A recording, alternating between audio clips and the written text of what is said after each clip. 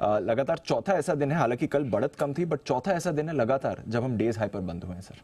बहुत मजबूती थी और अपने स्टैंड में कोई बदलाव नहीं। पिछली सीरीज के खत्म होने के पहले से ही हम ये कह चुके 72 घंटे निकाल दीजिए, 24 घंटे निकाल दीजिए, आपका पेशेंट कोमा से बाहर आएगा, आईसीयू में आ जाएगा, आईसीयू से बाहर आके वार्ड में आएगा, वार्ड से बाहर आकर छुट्टी भी मिलेगी, छुट्टी मिल के हेल्थ भी अच्छी होगी और भागना भी शुरू करेगा। Correct sir. अब वो किस स्टेज पे पहुंचा वो आप अपना दिमाग लगाओ कि मतलब अभी तक हॉस्पिटल में है, हॉस्पिटल से बाहर आ गया, रिकवरी के मोड में भागना शुरू कर रहा है, वो आप देखो। लेकिन कोमा से तो निकल गया, ये तो क्लियर कट है। एब्सोल्युटली। 4 दिनों से डे हाई पर बंद होना किसी हिसाब से कम नहीं है। और दूसरी बात है, हम बढ़े ही क्या है, आप देखो ग्लोबल तो मजबूत हो ही रहा है ना।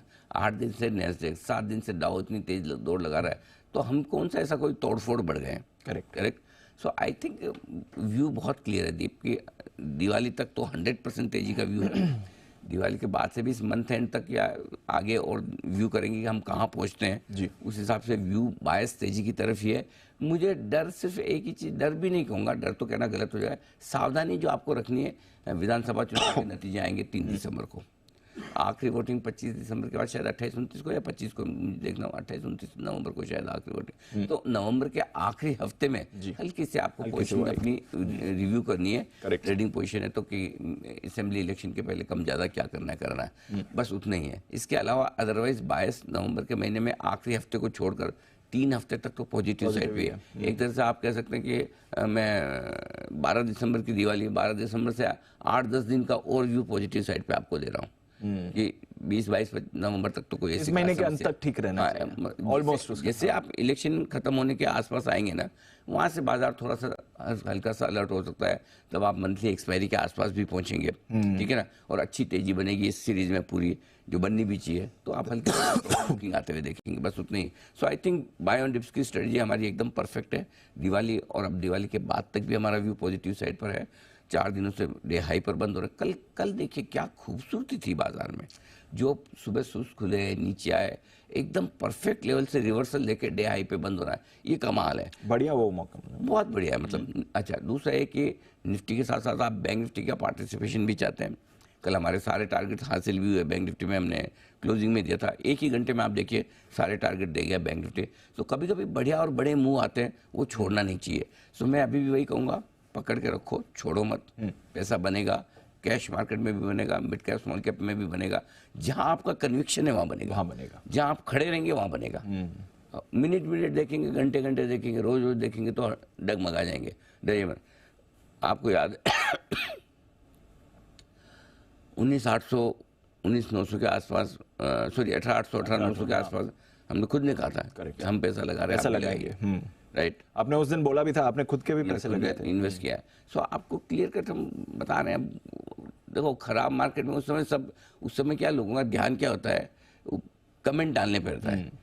वो 20,000 का मार्केट देख के 19,000 पे कमेंट डालेंगे, ये हो गया वो हो गया।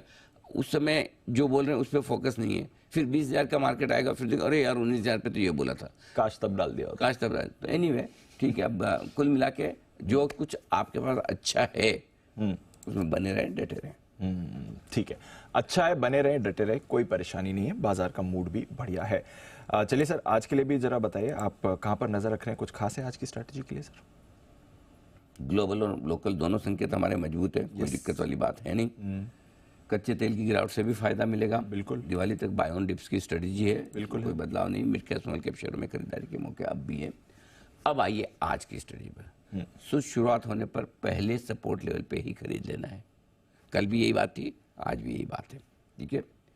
ये अच्छा सपोर्ट लेवल का है निफ्टी के लिए 19,225 19,325 बहुत मजबूत सपोर्ट है। तो आपको तो 19,325 के आसपास आए, 300-325 तो वहीं खरीद लेना है। पहला सपोर्ट लेवल तो वहीं आ जाता है। आएगा कि नहीं आएगा वो अलग बात है, आए तो वहीं खरीद लेना है। कल भी मिला था मौका, हो सकता है आज भी दे मौका, दे तो ले लीजिएगा। बैंक निफ्टी के लिए पहला सपोर्ट लेवल है 43,425 43,625। यहाँ पे 625 पे पहली एंट्री मारो, 425 पे दूसरी कर ही लो, डरने की जरूरत नहीं, ठीक है। ऊपर टारगेट क्या बनेगा, 485 550, 19,485 19,550 और सॉरी 465 550 और बैंक निफ्टी का 43,950 44,200 यहाँ तक जाने की संभावना ऊपर में। अब एक और आखिरी लाइन जो आज मैंने ऐड की काम की है, अगर आज प्रेफरेबली आज, नहीं तो कल।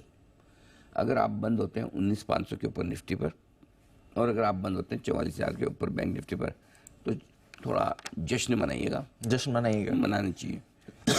क्यों?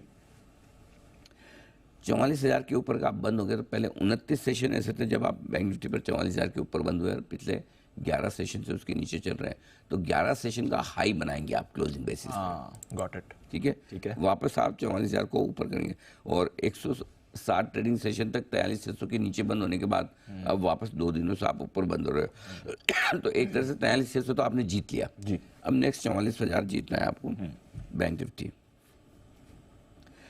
19,250, 76 ट्रेडिंग सेशन तक आप इसके ऊपर बंद हुए, 7 सेशन नीचे निकाले, 19,250 आपने पहली बाधा पार कर ली, जैसे बैंक निफ्टी ने 43,600 पार की। जी।